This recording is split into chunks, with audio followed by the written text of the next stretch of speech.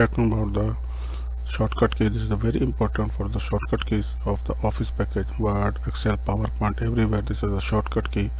So it is quickly work with the control key. So press the control key and press the N, press the O, press the P, press the S, different types of the working.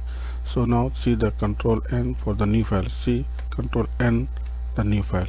It happened, the new file open, and open the file. Control O, and see here, if you have any file, then open this is the file.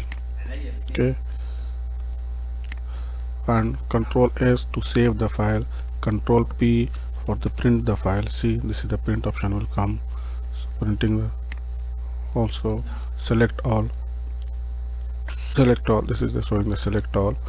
Control B for the bold, I for the italic, control L for the left, control E for the center, control L for the right, sorry, here the control R for the right, control F for the find any text, control X the cut the selected text, control C copy the selected text and paste the, control V paste the selected text, control Z undo an action.